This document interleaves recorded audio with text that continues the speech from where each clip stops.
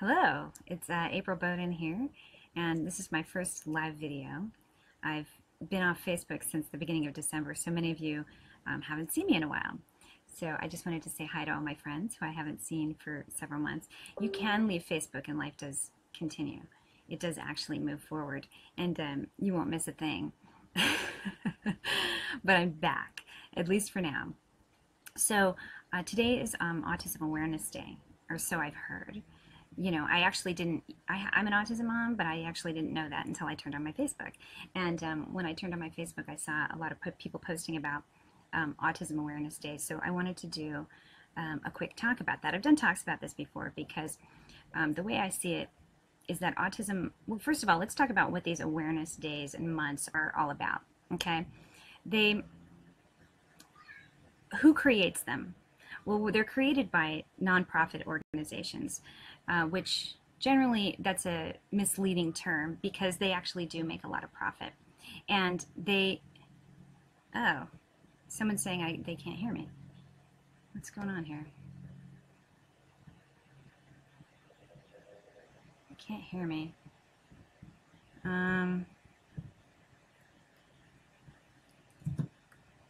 Still can't hear me. Can you guys hear me? Patrick says, my friend Patrick Hadwan, who's appeared on my show, and he's a really good guy, and he says he can't hear me. But then Camilla is saying, she didn't say that, so I don't know if you guys can hear me or not. So I'm just going to keep going. So anyway, the Autism Awareness Day is created by a non-for-profit organization, which is actually very much for profit, called Autism Speaks. And this is the same with all the autism awareness and cancer awareness. It's the same bullshit over and over and over again. It's this bullshit where some not-for-profit corporation, comes in and what is not-for-profit, all that is that they're tax exempt, lucky them. So they're tax exempt because they can take some of the money that they earn through donations from you, the hardworking people, and take those into basically what they call research, or better awareness. Awareness is just advertisement. So they're advertising their products. And so Camilla says she can't hear me. So I don't know, Patrick can't hear me. I don't know. I love you, Patrick. Sorry you can't hear me. Anyway, they sell their products. They get your donations, and they take that money and they put that into awareness. And awareness is their advertisement so that they can make more money. Okay, and then they do another thing called research, research is when they take your hard-earned money and they give it to companies like, Merck and Pfizer, these small little, poor little small businesses, right, that need your hard-earned dollars so that they can develop drugs to help your families and your loved ones and yourself with disease, right? So they're going to use your money. So you're giving Pfizer and Merck and Sanofi Pasteur and all these meek little pharmaceutical companies, poor babies, right? Giving them your money so that they can develop more drugs to fix your problems that they in fact cause. Well, lucky them. Anyway, so don't give your money to Autism Speaks. Like, don't even do it. I'm an autism mom, and I don't fucking like those guys at all. Sorry. And none of my friends do either, so there might be things out there that do actually like Autism Speaks. Ain't none of my friends though. Okay, so that's what that is. Anyway, so I'm an autism mom. My son was vaccine injured when he was 1 year old, and so I've been at this like 9-10 years, so I know from which I speak. And I've done countless research. I have been writing since 2009 on the subject, and you can find it at my blog, aidensrecovery.wordpress.com, and truthertalk.com, where I ran a radio show, a podcast with my friend Verstine Henry for 4 years. And anyway, so I've never done this before because I didn't actually know what to talk about when I came on live, but I just knew I wanted to say something because Autism Awareness Day is such a big bag of bullshit that I just couldn't sit back and just let everybody say, oh, let's celebrate this day. It's not really a day to celebrate because it's awareness of something that shouldn't be happening in the first place. It's an injury caused by a toxic assault. And so what do we have? We have encephalitis. This is a swelling of the brain. We have it's not an immune dysregulation. That's one thing you'll be told. Anything that can and will go wrong because you've been assaulted with toxins will then be blamed on your genetics or your dysfunctional immune system. The immune system is functioning in the way that it's supposed to be. Okay? It's responding normally. Because when you're injected with, all these toxins, mercury, and I don't even want to get into all the heavy metals. There's so much. Just go into the CDC website and look up, take any vaccine ingredients list and just start breaking it down. Because once you start looking at what they are, you realize that these young people are getting injected with not just one, but several of these. You realize that it's a shock that they managed to survive and that they stayed alive. And if I continue to do any more of these videos, we can talk more about why certain people react certain ways, because I'm not going to get to that because that's a whole nother rabbit hole. Because there are some genetic predispositions. These are not mutations or abnormalities. Okay, don't let people tell you that. That's bullshit. It's it's just a different makeup, and people are going to react differently based on their internal their DNA. Or whatever other assaults. That's the other thing too. There's a thing called synergy in chemistry, where one chemical will react to another, and it will create a whole new chemical or create a whole another reaction. This is basic, chemistry that you can learn like in middle school. Okay, and so these geniuses of the CDC don't seem to understand that, or none of your doctors or your pediatricians seem to understand basic middle school or elementary level chemistry. Okay. It's not that I'm bitter, it's that I'm honest. Alright, so here's the thing. I'm going to go ahead and read. This is an article that I wrote back in 2011. And as I said, I started writing in 2009, my blog. And at the time when I first started, I just had the making a basic mommy blog. I was going to write recipes. I was going to do all these like really fun stories, kids and whatnot, and but something funny happened as I started to research and I started to write. The truth came out, and I didn't anticipate being so honest. I didn't know I had it in me, and but it found its way into me, and that basically became what that blog was all about. It was all about the truth, and so I don't know how to do it any other way now. So back in 2011, I wrote this essay, and it was one of the first essays that I wrote that had received quite a lot of attention, and it's appeared in a couple of books, and it's been read on air by different podcasters and things, but I've never actually done it. So I'm going to try and do it now, and hopefully I can do this without crying. This is my attempt at autism awareness, okay? Because, this is the day to celebrate, right? All right, let's go in. And by the way, this article was one of the people who first brought attention to it and published it was the late, great Heidi Stevenson. And Heidi was one of the best journalists I have ever seen. And she passed away a couple years ago, but she was a really big fan of my work and a friend, and I miss her very much. And I really, this was part of the catalyst that got me started and got me going, was the fact that she brought this to so many people. And it's still, a poignant article to me, and I haven't read it in a really long time, so if I cry, I apologize. Okay. It's called, let's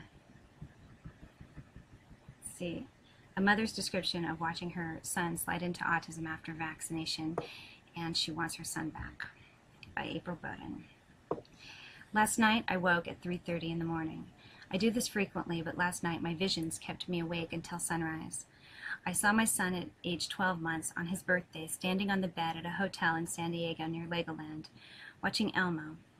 This episode of Elmo was talking about hands. Hands are clapping. Hands must be washed before you eat. With a bright, beautiful smile and a look straight in the eye, Aiden clasped his hands together and said with conviction, "Hands." 1 month later, he would receive the MMR and chickenpox vaccine in one day. At 6.5, I have still yet to hear the word hands come from his mouth again. A year later, in the doctor's office, Aiden sang the Itsy Bitsy Spider, sort of. The doctor came in after about an hour. I should have just left. I should have walked away and taken the sign, but I didn't. I asked the doctor if I should be concerned about Aiden's speech loss, but he just sang Itsy Bitsy Spider. She said not to worry. We'll look again in 6 months. He was vaccinated that day, and I never heard the Itsy Bitsy Spider again. Fast forward a year later, Aiden had been diagnosed, was receiving treatment, and was starting to get better. He had just learned the names of all the farm animals on his favorite puzzle. At 3, he received yet another set of vaccines in order to enter school. He has never said the name of those farm animals again. Needless to say, my heart remains broken, haunted by these images, painfully aware that if we had stopped sooner, if we had just skipped one round, he would be better off today. Aiden is considered on the severe end of the spectrum. He remains pre-verbal. Today I am reading the Bolin Report, which on October 4th, 2011, started publishing part 1 of 3 groundbreaking series that declares the CDC has known since at least 2002 that thimerosal, mercury, containing vaccines contributed to the rise in autism. Not surprisingly, after Danish researcher Dr. Thorsen fled the country with millions of dollars in stolen research money, his study would turn out to be a complete fraud. Lies, withheld data, and more have been revealed, proving what so many of us have known for years: vaccines cause autism. So isn't this what we've been waiting for, fighting for, screaming for? Can't we all sleep well knowing that the truth has come out and lives will be spared? So why do I feel worse than ever? Because the truth is, through all my rantings and carrying on, through all my fighting of the good fight, I just want my son back. I would gladly sacrifice the knowledge of any of this to hear my son speak, to see him write his name, to have him run up to me after school and ask if his friend can come over for a play date. I just want my boy. I don't want to be smart or insightful or clever or wag my finger and say I told you so. I just want my boy. I want my boy. I want him. I just want him. I want him healthy.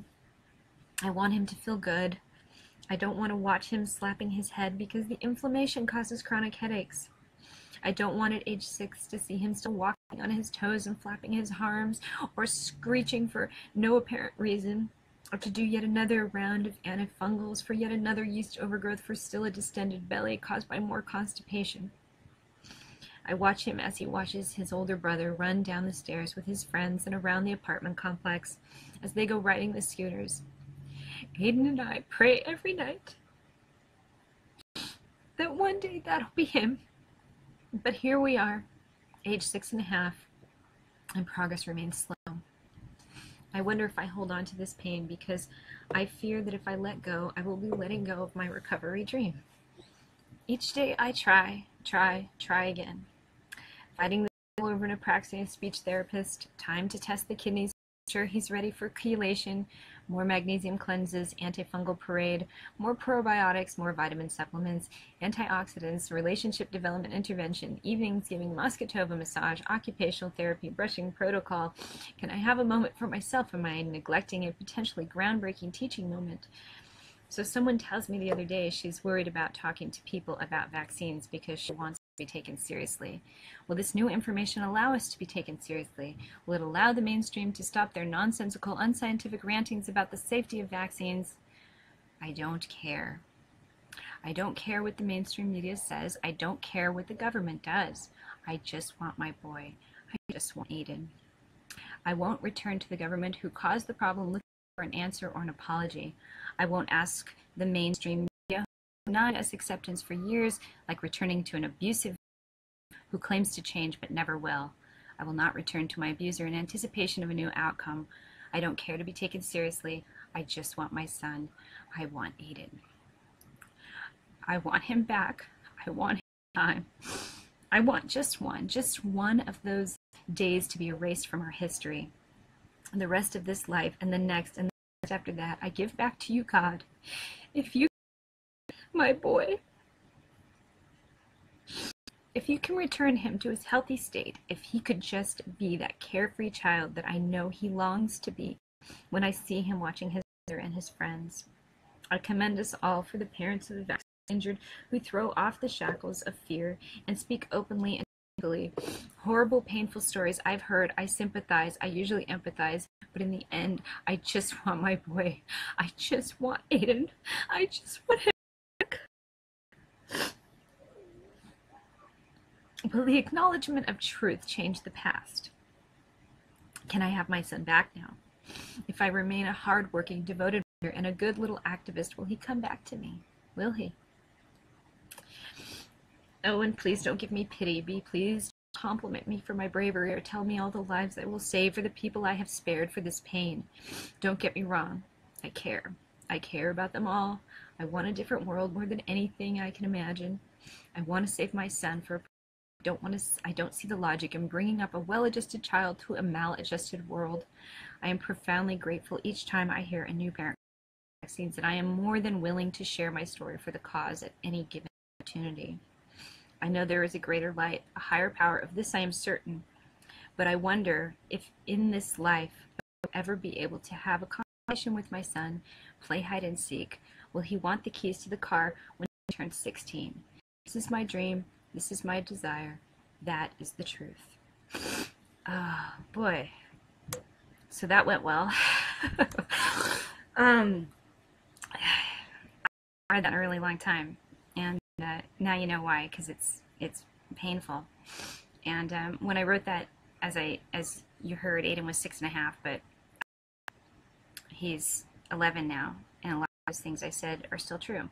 He's still severe. He's still pre-verbal. He's still not speaking. He still hasn't spoken the name animals, those farm animals on the puzzle. He hasn't said his hands or his body parts. We no longer fight this school. We homeschool now. So I, have done my best to remove us from this system, because just like I said about the pharmaceutical company, the education system is also abusive. And, I know a lot of people go in there and they fight. We do too. The system, for the apraxia, speech therapy, all that shit. And in the end, you have a fight on your hands, but your child's still sick, right? So bringing him home was the best thing that I ever did. And having him homeschooled and having him with his family who loves him was one of the best things that I ever did. And this has been one of the best years we've had. So he is progressing, and I'm grateful. But this is preventable. And this autism awareness be making people aware of is the fact that their child's health is in their hands. It is in your hands as a parent, and it should be in anybody else's hands. I know what the doctor says, because I've heard it all, but your doctor doesn't know anything.